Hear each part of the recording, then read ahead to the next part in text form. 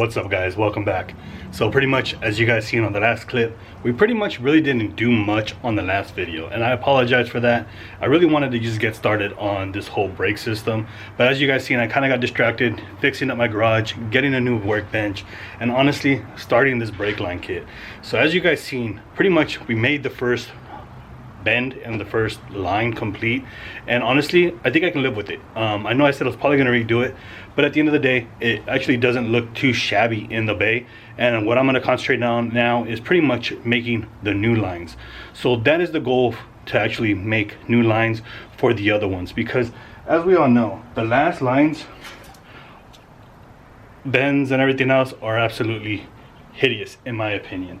So what I'm going to end up doing in all honesty is just remaking them, because the new lines, the way they turned out with the new bends, are actually very well. They look good in the bay, should I just say. Short and simple, you know, here is what they look like, and then you guys can see it now. You know, the lines look a lot crispier. The bends, we have plenty of room above the bulkhead, you know, to be able to grab it and pretty much disconnect and connect it when we need to. And then as you guys can see, pretty much it bends there, and honestly it actually flows now. So I'm gonna go ahead and just continue with that, because I want to finish the brake lines once and for all, and then I am going to be removing it out of the way, so that way they don't get kinked, they don't get bent. I will put them up, you know, on my shelf and everything, so that way at least they're out of the way. So hopefully here now, I'm just gonna go ahead and get finishing that. If you guys want, I'll show you guys a little bit more about it, but I'm pretty much just gonna put it on a time lapse, get the lines made, and pretty much complete it once and for all, so that way we can actually install the new traction bar that came in. That traction bar has to go on, because in an all-wheel drive setup, even in a front-wheel drive setup, you don't want the wheels, as you're doing a burnout or as you're doing a launch, you don't want the wheels to shoot backwards with the force of the axle or any of that stuff. So I want to try to eliminate any of the wheel hop or any issues with binding. So we are going to get that installed in this video, and then from there we will continue on to hopefully the turbo setup. I'm still debating on what I'm going to do, because I do need to finish that turbo setup at the end of the day, because that is the only thing that's really holding me back from painting the engine bay, to actually getting started on more body work on the engine bay. I am actually going to be seam sealing the engine bay once again, but I'm going to be doing a cleaner job on it, because I wasn't going to seam seal it. I was actually going to tack weld it, but seam sealing it just seems a little bit faster, and I don't want to warp any of the metal. I don't want to have to grind. I don't want to have to do any of that stuff. So with some tape and some pretty much seam seal, I'll be able to make a smooth line on it, hopefully, and that way it's nice and clean. So let's just go ahead and get to baking these brake lines. All right guys, so pretty much I'm not recording anything right now. I'm just pretty much just trying to get this cracking. So I pretty much got the second line done, and that's the way that one's gonna look. I left it pointing towards the front a little bit as it matched that contour, that same line, and then pretty much dragged it over this way. So as you can see, you know, it's all pretty much symmetrical. I'm kind of not really liking that bend anymore, because this one's really straight and that one's not. But at the end of the day, I'm not gonna be so goddamn picky about it, and I know it's my main issue right there. The next way I think I'm gonna end up doing now is this one that goes to the wheel wells. So that's something I still need to figure out of how to do that one, because that one does go in through the engine bay, but I might just put a bulkhead on there and pretty much see if I can run it. Let me see if I can find it actually here. So this is what I was talking about. I may just run the adapters on it, and then that way I can run this hex onto the top of it. So I just got to get an extended one, that way I can pretty much sandwich it in between the frame or to the metal, and then that way I can put the connection, the black connection, down here somewhere right here. And if I can do it that way, then I'll make a small line from the brake line inside the wheel well to the caliper. Pretty much the calipers are not set in place yet, because I still need to take them apart and get those powder coated also, because there's still going to be a lot more powder coating done to the car. So I'm going to go ahead and continue with the next line and see which step we're going to take. Most likely I think we're going to run this direction. I just can't cut it yet, because I don't know the full distance of that bulkhead, how much it's going to stick out. So that's my main issue right now, but I'm going to go ahead and either way try to attack that side. I think I'm probably just going to put it right there on the side of the wheel well, in between the two holes, and I may just put rubber plugs or rubber grommets to cover those holes there, but we'll figure it out. But I think most likely that's going to be the way we go, so that way the line is just straight in and down to the brake line or to the brake calipers itself. So let me go ahead and continue bending it up. And again guys, if you guys, on the last video, if you guys didn't see it, if you guys are looking to flare brake lines or tubes or any of that stuff, I would highly recommend this Eastwood flare kit. Yes, the eBay one works perfectly if you know how to use it. If you don't know how to use it, this is as simple as it gets, and all you really got to do is put some lubrication to it, literally, and on every single time you do it, so that way you don't get this fitting stuck or you don't distort the fitting. And then also pretty much drill bit, you know, small little drill bit, same inner diameter of the line, clean it out, and pretty much this kit does everything for you. So let me go ahead and pick up and go ahead and try to finish the next line. That way we can continue the ball rolling. I might record a little bit of it. So if you guys are liking this content, please give it a thumbs up. And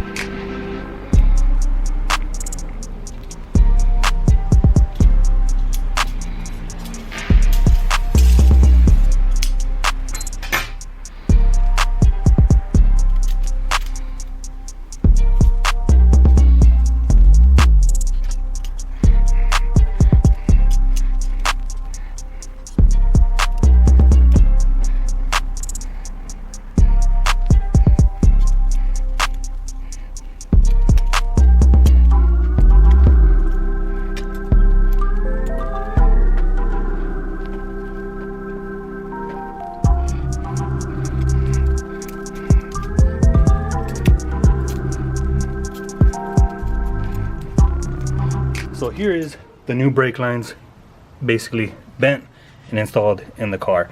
As you can see, we are doing things a little bit different. This is where the bulkhead is going to be going into, drilled into the wheel well, so that way the brake line inside the wheel well will stay behind the wheel, and it'll prevent any rubbing or any of that when full lock and turn. But look at the bends on that. They are honestly very sweet. Sorry to use that kind of word, but they look amazing for the bends and that tube bender. It did really a great job in bending everything. So same process on that side pretty much, and it's basically all tucked out of the way, and that's something that I'm really happy about, the way it looks. Yeah, it does have a little bit of a bend to it still. They're not fully straight and stuff like that, but I think I can live with that because it's just a minor thing. And if I have to change it up, and honestly, I'll change it up. You know, now that I know I have that bender and I have that flare kit, it ain't really going to cost me much to do it, except for a couple of feet or a couple, whatever it is, from eBay, which I ordered a other brake line because I do have to replace my homie Danny's that he did donate to me to the channel, so that way I can pretty much get started on my brake tuck. So huge shout out again to Danny for the flare kit, the straightener, and pretty much the hose or the hard line to do the brake lines. Honestly, if it wasn't for him, I probably would have lagged it even more on this, and now we actually made some progress on it. And again, I've always said it and I'll say it again, sorry to take it from Dana, but progress is better than no progress, and I'd rather make this much progress than no progress at all, because again, I do have a deadline and I'm crossing my fingers that I can still make that deadline in March.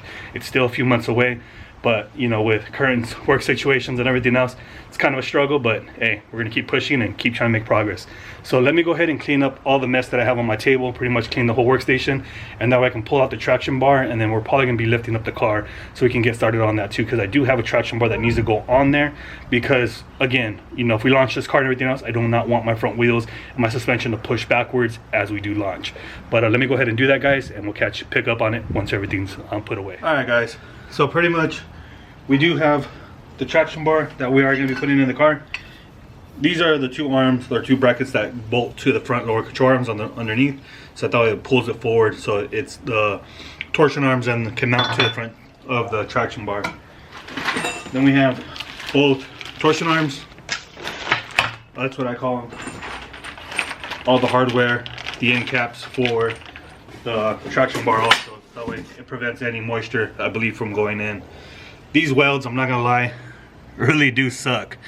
So I might end up grinding it down, welding it myself, and then sending it out to go get powder coated, because I do want to powder coat this either way, and I want to make sure I'll go ahead and weld on both sides, so that way we know it's structured, because here there is a little bit of gap. And yes, I know it is cheap, but I might as well just weld it myself and see if I can get that. But this will do for now, because either way I will reinforce it. I will re-weld it myself and then get it to fit, or get it looking better, and that way we know it's structurally safe.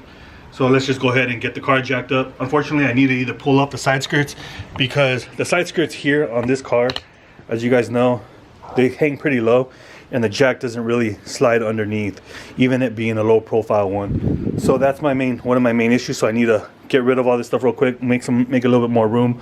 It's the life story of my garage either way. But let me go ahead and do all that so we can get the car up in the air, and we can get the traction bar mounted into its location, and make sure that we have clearance as far as the radiator, brackets, and everything else goes, because I do need to get that traction bar installed. So let me go ahead and lift up the car.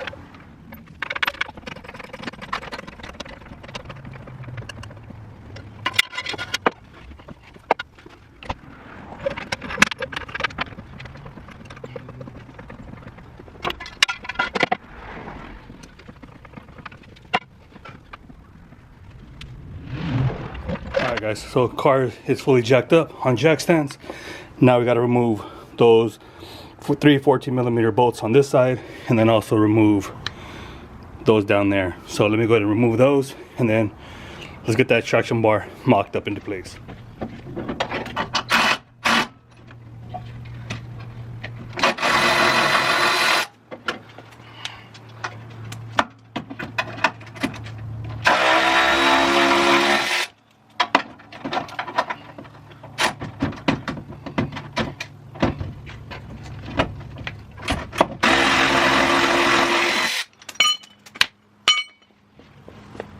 So both brackets are off now. I just really need the hardware. So pretty much now that these are out, we have the room to mount them on both sides. This one was more of a pain in the ass, because it looks like at one point in time this one right here was bent. As you guys can see, it's pretty bent out of place, but it is what it is now, and we won't be using them. So let's pretty much get the traction bar mocked up.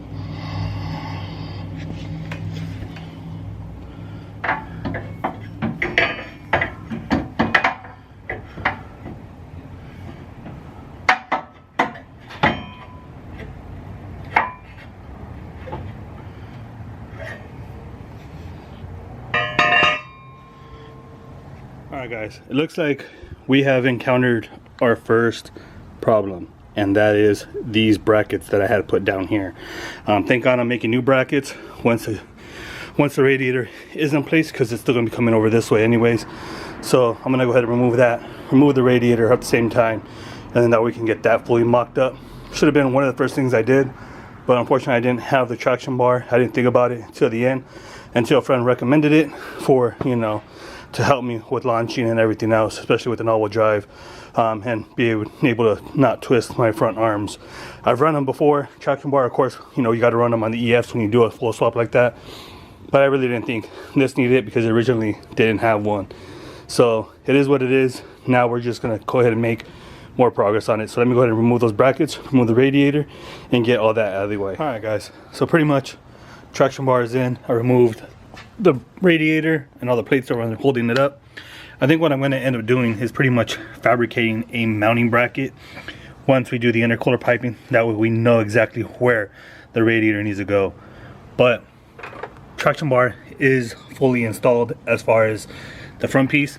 Now we got to get the torsion arms installed, which will be running from here to the arms back there. So now I got to figure out which way it goes so we can get that installed, because that's going to be one of the key pieces of where the traction bar is going to meet up.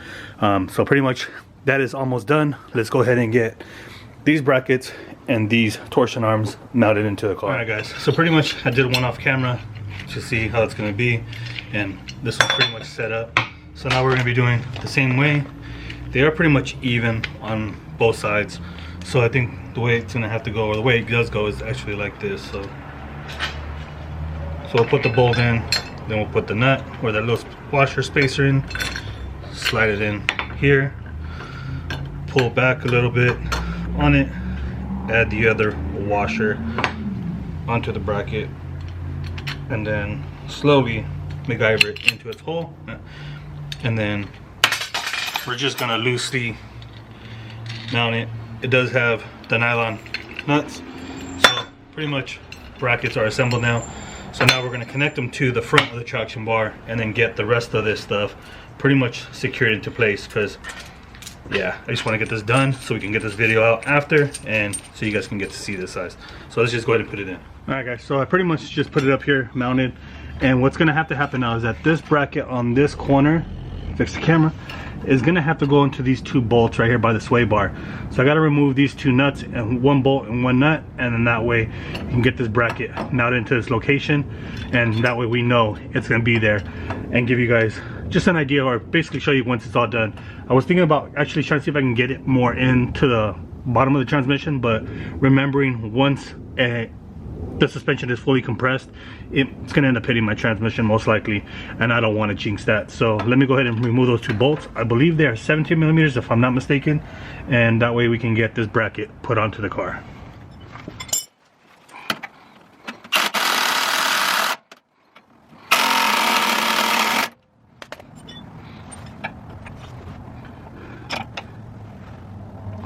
Looks like it's not gonna work, so let me go ahead and try to heat it up. Alright, so let's go ahead and switch the battery out, because that battery is pretty much dying, and let's get the new battery to try.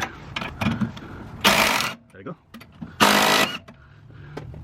We are golden.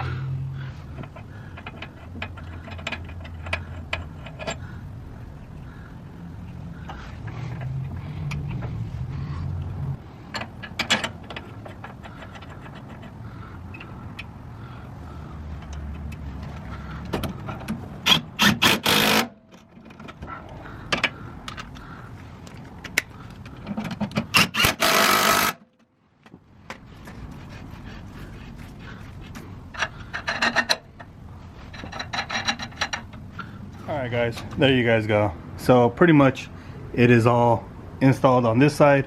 Like I said, I'm going to be welding this up. I was thinking about actually putting a plate on here to weld it up to actually give it a little bit more strength. And I'm also going to be welding the inside. So thinking about what I'm going to do with the radiator brackets, I'm just probably going to build a U-shaped box. That way the radiator can sit in between it or sit inside of it, and put the same rubber seals around it so that way it can mount correctly to it. And that way this will be the mounting source to the radiator instead of it being on the bottom how I originally had it here on the riv nuts. So let me go ahead and get this all installed, and then I'll show you guys once it's done. Alright guys, so pretty much all the full traction bar is installed. The passenger side and the driver side is installed, and now we are fully secured. The next goal for mine is actually to get the radiator installed and finish up the last two lines on the next video. So we'll be able to finish that on the next video, so we can get this traction bar along with the brackets and some other suspension components that I need to send off to get repowder coated. Also, I need to make a valve cover with bungs on it, because I am going to be running a catch can. I will be trying to fabricate my own. If not, I'll try to have Brandon help me fabricate one, but that's just going to see how far it takes me to get that done. But hopefully that will be done soon in these next couple of videos, because I want to be able to get all that mocked up, just like I need to get the turbo piping and the hot side pretty much mocked up. As you guys also seen in the few clips that just previous, you know, we also ended up doing redoing the brake lines, and those came out awesome, I must say. You know, I know I've said it before, but those lines down there came out really good. I'm really happy that I did it. I still have two other lines that I need to get done here, and I think we're gonna have to route those going downwards behind the subframe and pointing towards that end over there to where the rear steering column is at. But we'll worry about that on the next video, along with the mounting brackets for the radiator. And honestly, I really want to try to get into just finishing up this intercooler stuff. You know, there's so much stuff that needs to be done to it still, and I've lagged it on it because just practice and everything else, because my skills are not up to par, but unfortunately I'm gonna have to suck it up and just commit to it and do it.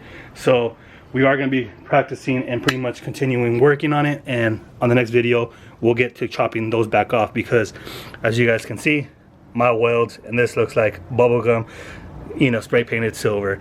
But again, guys, with that being said, pretty much I think this is where we're gonna end the video. Thank you guys for tuning in. Thank you guys for watching every single week, and hopefully you guys enjoyed the previous video, the first video of 2024. And again, hopefully you guys all had an awesome new year and a Merry Christmas, and we'll catch you guys on the next one, guys. Till next time.